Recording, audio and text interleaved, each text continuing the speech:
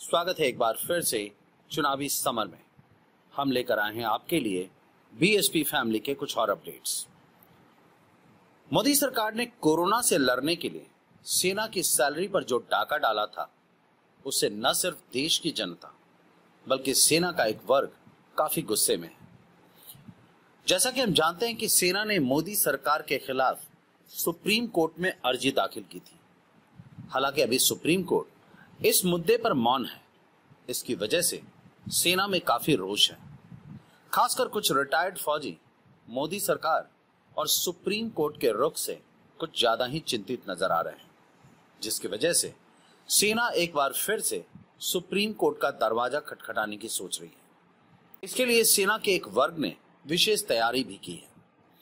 आपको बता दें कि सूत्रों के अनुसार सेना का एक वर्ग अब ग्रुप बनाकर सुप्रीम कोर्ट में अर्जी दाखिल करने की सोच रहा है।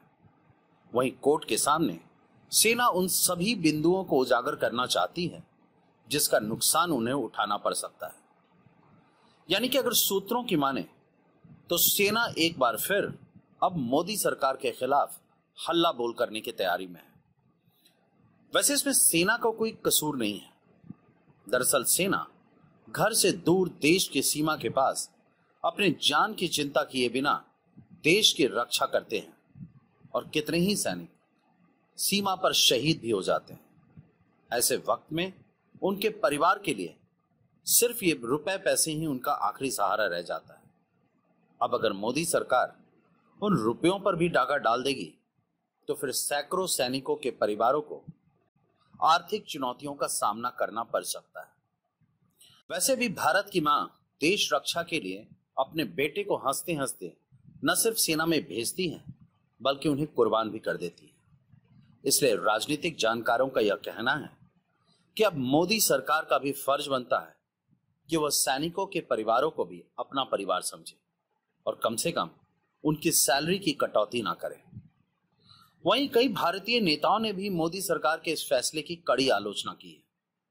जैसा कि हम जानते हैं कि भारत के पूर्व प्रधानमंत्री डॉक्टर मनमोहन सिंह ने भी कहा था कि सरकार को सेना के साथ भेदभाव नहीं करना चाहिए, क्योंकि सेना खुश रहेगी तभी हम लोग भी खुश रहेंगे। इसके अलावा बसपा ने भी कहा था कि सरकार लॉकडाउन से हुए नुकसान की वसूली सेना से ना करे। इस तरह हम कह सकते हैं कि आज भारतीय सेना के साथ पूरा देश खड़ा है।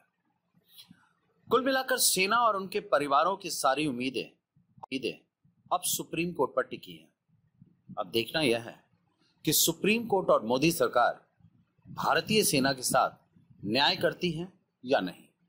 हमारे साथ बने रहने के लिए आपका धन्यवाद। आप हमारे प्रोग्राम्स को today's.com पर भी देख सकते हैं और आप हमें टुडेज टीवी पर ट्वीट भी कर सकते हैं।